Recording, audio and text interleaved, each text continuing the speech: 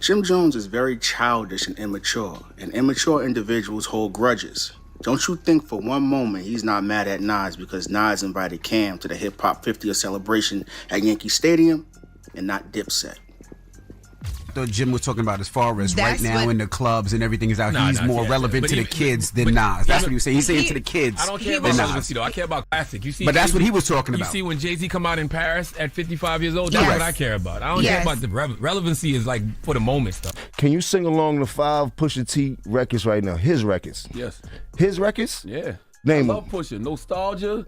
Oh, you was a Pusha T fan. You know, you know. I didn't know he had fans like that. Can you name 5 Pusha T records? No, his records. Pusha T, I love your soul, my dog. You're not in my top 50. You might be in Charlemagne's top 50 and things like that, but you haven't done that much for me in my life. No diplomats, no nobody else. Me, Jim Jones, check my track record, then check everybody else's track record. Then go to the billboards and check all my entries, then check all them entries and like that. You want to go to the billboard entries. Can we address one thing though? Go ahead.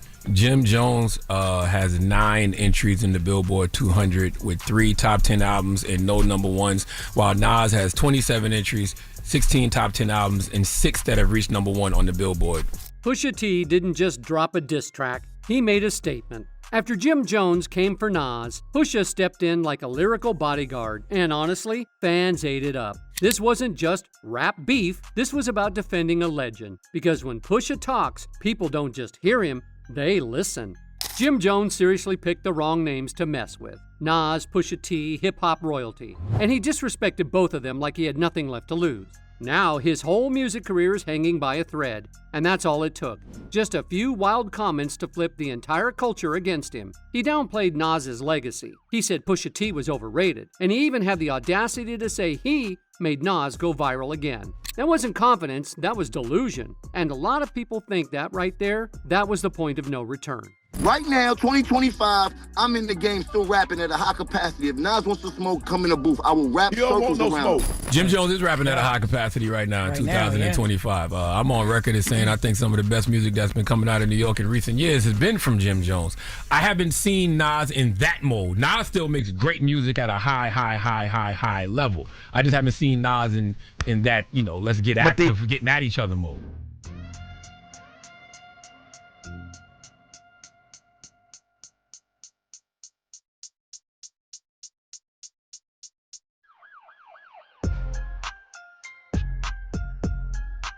Bro, you been in this thing, but lyrically, I'm gonna keep it a stack with you.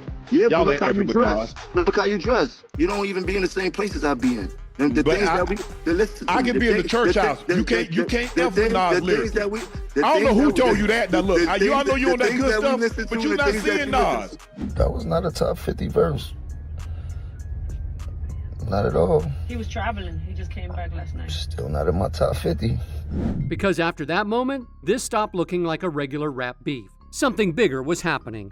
It started to feel like the culture itself was slowly pushing Jim out. The same scene he had once helped build was now treating him like he was done. So the real question is, was this just another ego-driven meltdown, or was Jim getting quietly canceled by the very industry he came up in?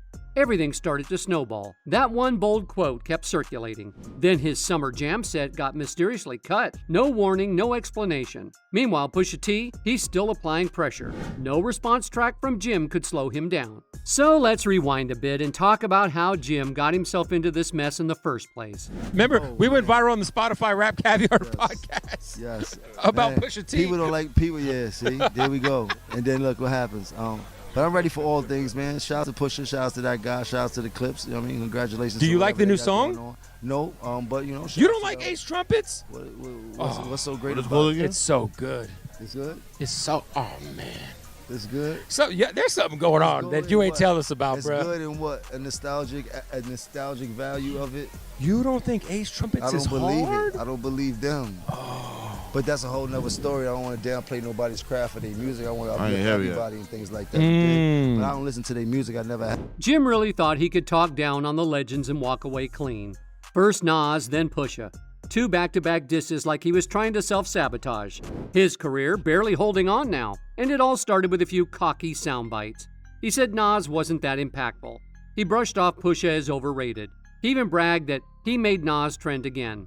But the moment that really lit the internet on fire, was when he said his own son couldn't name a single Nas record, and used that as some kind of proof that Nas was irrelevant now. That one comment lit the fuse.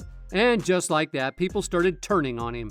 Not because he had an opinion, but because the disrespect was too loud. What followed wasn't just criticism, it was a full-on shift. The industry that once embraced him was now treating him like yesterday's news. And here's what makes it even wilder. Jim actually used to look up to Nas. He said Nas's early work was everything to him back in the day. He was inspired by Nas's style, music, and wordplay. But as Jim got deeper into the rap game, that admiration turned into rivalry. He claimed he created his own lane, and that the new generation looked up to him the same way he used to admire Nas. But even with all that, the culture didn't agree. That interview clip started spreading like wildfire. And then came the fallout. His summer jam set cut short without warning, like the industry was sending a silent message. Meanwhile, Pusha didn't just respond, he's still pushing forward with more momentum than ever. And Jim, he might have just started a beef he can't finish. So here's the real question everyone's asking. Was this just Jim Jones letting his ego run wild, or did he mess with something deeper, like the culture already plotting his quiet exit? Because let's be honest, this wasn't just some petty shade. He wasn't just taking shot at Nas's latest music, he was trying to erase an entire legacy. A legacy built over decades by someone who shaped the sound of hip-hop since the 90s. On a casual podcast of all places, Jim dropped a wild claim. He basically said the new generation doesn't even know who Nas is. That 22-year-olds weren't checking for Nas, and that today's kids love him instead. That one statement, it blew up fast. And instead of walking it back or clarifying, Jim doubled down like he was untouchable. He even suggested that Nas never meant that much to the culture, and that his own chart stats might be better. Like, seriously? What made it worse is that Jim and Nas are basically from the same era, just 3 years apart. But the difference in impact? Massive. When people started pulling out the numbers, it wasn't even close. Jim has a few tracks, sure, but Nas, he's been consistently putting in work, especially since 2018. And people have actually been listening. Meanwhile, Jim's been releasing music too, but nobody seems to know about it. I thought Jim was talking about as far as right now in the clubs and everything is out. He's more relevant to the kids than Nas. That's what he was saying. He's saying to the kids. I don't care about relevancy though. I care about classic. You see, but that's what he was talking about. You see, when Jay-Z come out in Paris at 55 years old, that's what I care about. I don't care about the relevancy is like for the moment stuff. But that's what the conversation was about. Yeah, originally it was about relevancy. But when Jim Jones brought in the Billboard entries, the conversation shifted, and he did say on the Shannon Sharp podcast that he might have kind of overspoke when it came to the entry conversation, but relevance, that's what the 22, 23-year-old on that Don't Quote Me podcast was talking about. Let's be real, Nas isn't just another rapper. He's part of hip-hop's foundation. Illmatic is literally studied in universities. His pen game still haunts veterans. And King's Disease? That was proof that Nas is still sharp, still relevant. But here's Jim talking like he's changed the game or dropped a classic on the level of The Chronic. At this point, it wasn't about music anymore. It was just ego talking. Jim even said he was more influential than Nas, and that he didn't care what anyone said. He claimed he already made it, and didn't want to waste time arguing about who started where. But when someone pointed out he brought it up himself, he tried to play it off by saying Nas was dope back in high school, but his run wasn't that long. And the worst part, he dragged his own kid into it, saying even his son couldn't name a Nas song. Like, what? The internet was not having it. People came with receipts. Nas's awards, sold-out shows, legendary albums, all stacked against Jim's resume. And let's just say the numbers didn't lie. Still, Jim kept pushing. He said Nas always came second to Jay-Z, to DMX, to others, as if that somehow meant Nas wasn't legendary. But come on, those artists were all in different lanes. Comparing them like that doesn't even make sense. And just when you thought Jim might chill, he pulled up to Nightcap, looked Shannon Sharp in the face, and tripled down. He said Nas never had the influence people think he did. Then he tried to backtrack a little, saying he used to want to dress like Nas because Nas had that hustler swag. He even said Nas had one of the illest albums ever. But then he ended it by saying Nas kind of lost him after Belly. Like that movie ruined everything. It was all just messy. Bro, you been in this thing, but lyrically, I'm gonna keep it a stack with you. Yeah, y'all but look how you dress. Look how you dress. You don't even be in the same places I be in. And the things that we listen to. I can be in the church house. You can't F with Nas lyrics. I don't know who told you that. Now look, I know you on that good stuff, but you not seeing Nas. Bro, you not seeing Nas, bro. Let's be real. Ain't nobody from Dipset gonna take you over Nas. Nobody from the Diplomats but you. I got hold on, Jim. Hold on. For you to even say that, bro. Don't do that, bro. That's I got a question. Let Nas stick up for himself and meet me in a booth or something if we want to do something historical. Nas say he don't do that no more. Nas say he don't do that. Because he got $100 million. He's a very wealthy man. You heard he's a very smart businessman. You better check my stats, bro. I will run circles around Nas rapping right. I will run circles around Nas rapping right now. I will run Saturn around Nas right now rapping. Everybody knows that. You heard? Here's the thing. Nas, Jay, and DMX, completely different energies. Nas brought that deep poetic vibe. Jay had the slick talk and business swagger. And DMX, pure emotion and chaos unfiltered. They weren't even trying to play the same game. Comparing Nas to either one is like trying to compare Kendrick Lamar to Future. Two legends, two totally different lanes. So when Jim tried to downplay Nas's role in that culture, that wasn't just a hot take. That was him trying to rewrite history, and it didn't land. What makes it even crazier is that Jim doesn't hide the fact that he used to be a fan. He's admitted before that as a teen he wanted to dress like Nas, but now he's out here acting like one movie Nas did in 1998 is enough to erase his whole legacy. At that point, it stopped being about music or stats. This felt personal. It started to seem like Jim needed Nas to fall off just to make himself feel relevant. And now it's not even about music anymore. It's about clout.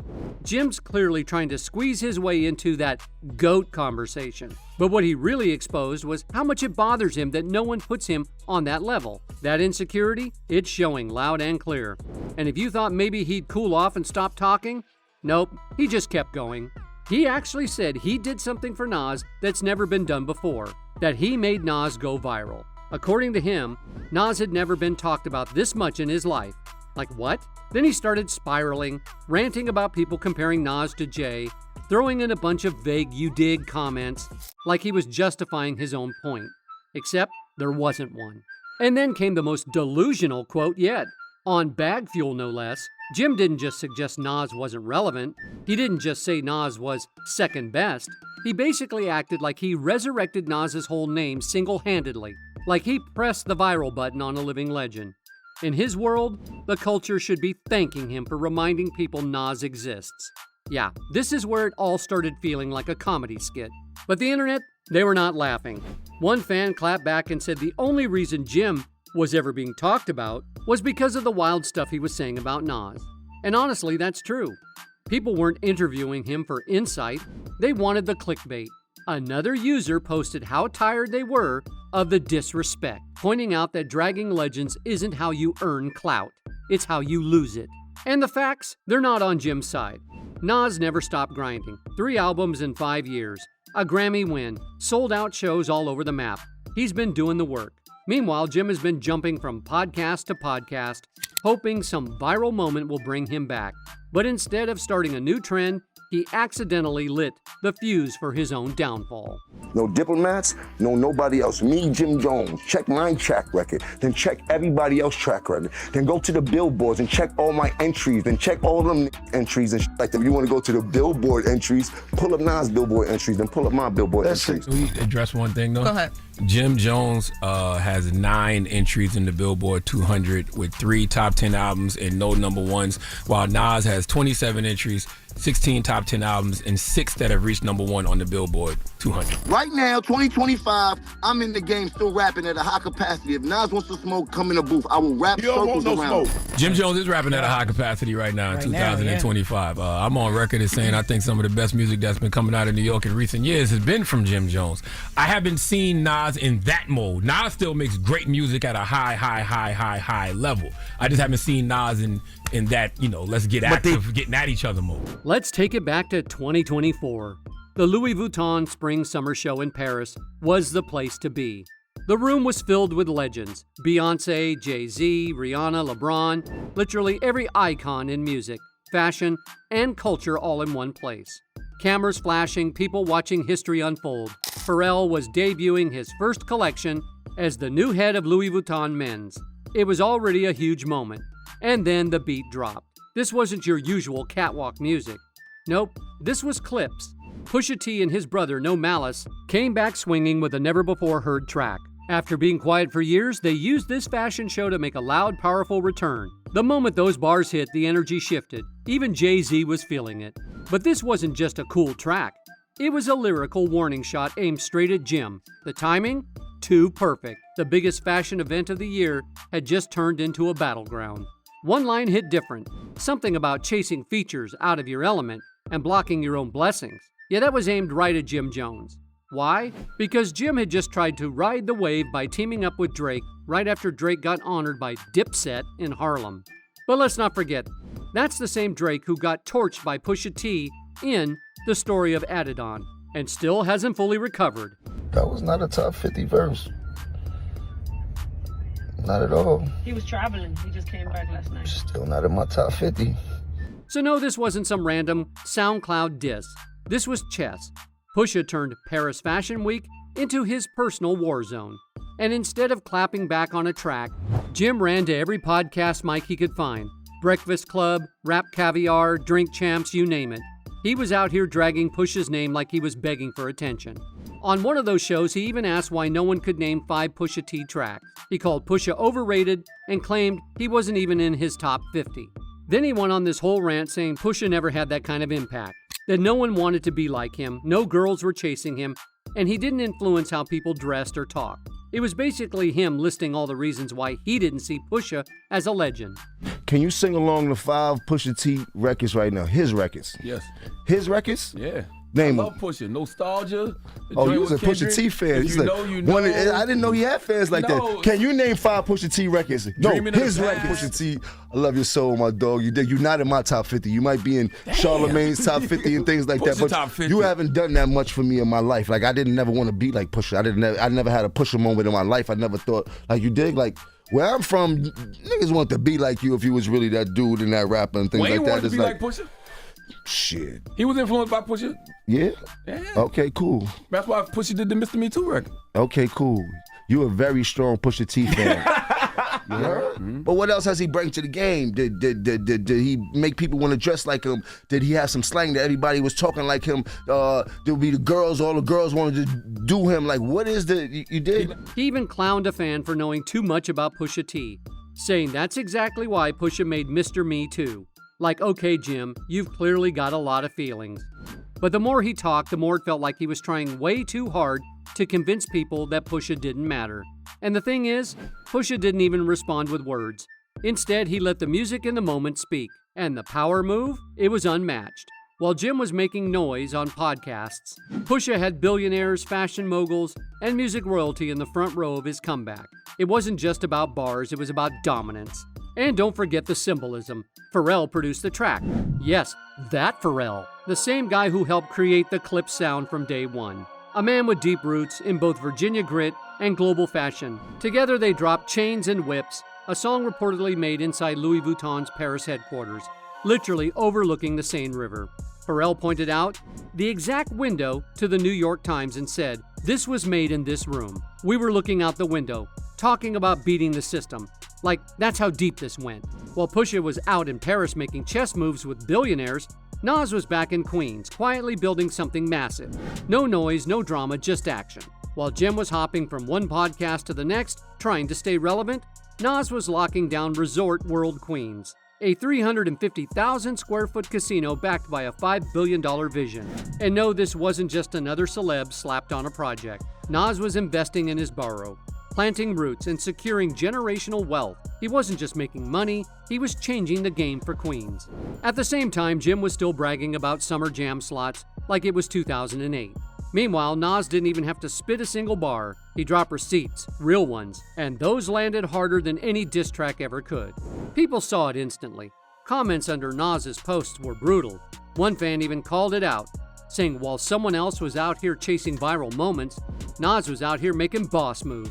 That's the thing, when you're rich, respected, and still relevant, you don't need to talk. Your success speaks for you. And Jim, he got humbled fast. At Summer Jam 2024, he finally got the spotlight he had been chasing for months. But the moment he stepped on stage, dead silence. No energy, no hype, just crickets. And then came the final blow. Funkmaster Flex, yes, the same Flex who always backed Jim, cut his set short. You could literally see it hit him. This was supposed to be his big moment.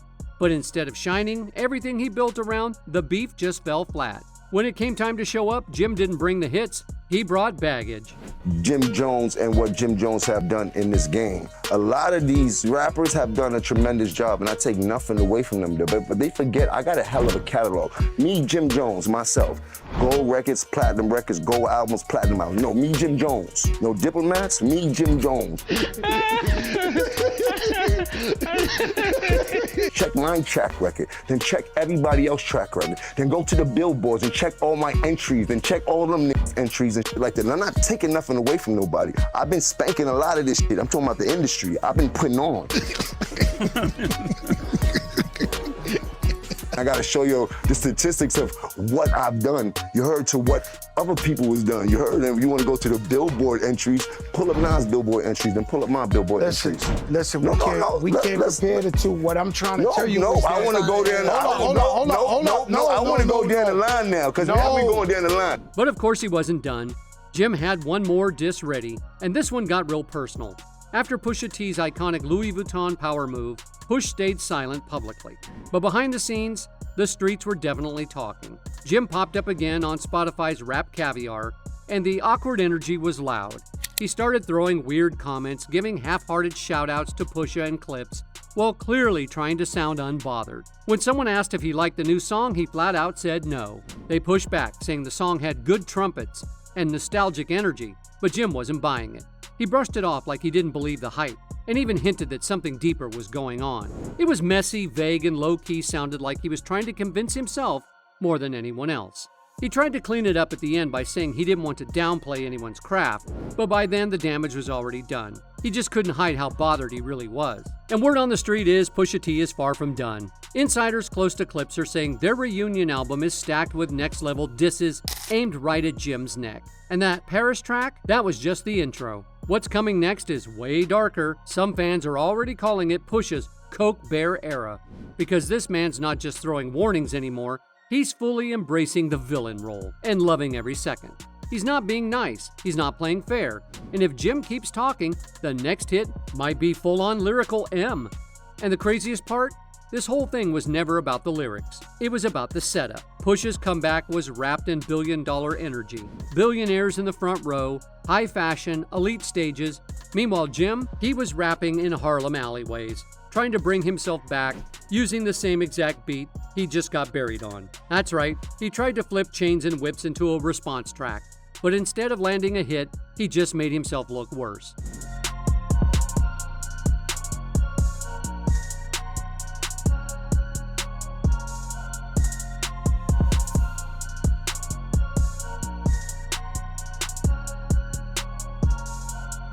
And then he crossed the line. He tried to drag No Malice into the mess. A man who left rap behind, embraced his faith, and rebuilt his life. That wasn't just a diss. It was straight up disrespect. You want to go at Pusha? Fine. But involving No Malice, that was low. And here's the thing. Pusha still hasn't responded. But anyone who knows his history knows he doesn't move fast. He moves smart. And when he hits back, it's surgical. Then Jim made his biggest mistake yet. He dissed Chains and Whips on camera during an interview. One last desperate jab. He tried to play it cool, saying he never really listened to Clipse. But let's be real, nobody bought the act. You could see it in his face. The fake chill, transparent, the insecurity, loud, deep loud. He knows they cooked him. And now the whole vibe has shifted. This isn't just about Nas and Pusha pushing him out. It's about the entire culture. Blogs are flaming him, even Dipset fans, his own people are telling him it's time to let it go. Because this wasn't just a rap beef, this was a full-on reality check. Jim walked into a ring meant for kings, thinking he had bars to compete, but what he got was silence, strategy, and billionaire precision. He's not trending, he's not charting, he's not even part of the conversation anymore. And the plot twist? Clipse hasn't even dropped the full album yet. That might just be the final nail in the coffin. So if you thought this beef was already wild, buckle up, because whatever's coming next, it's about to be even messier. Don't forget to like this video, hit that subscribe button, and turn on notifications so you never miss the next drop of tea.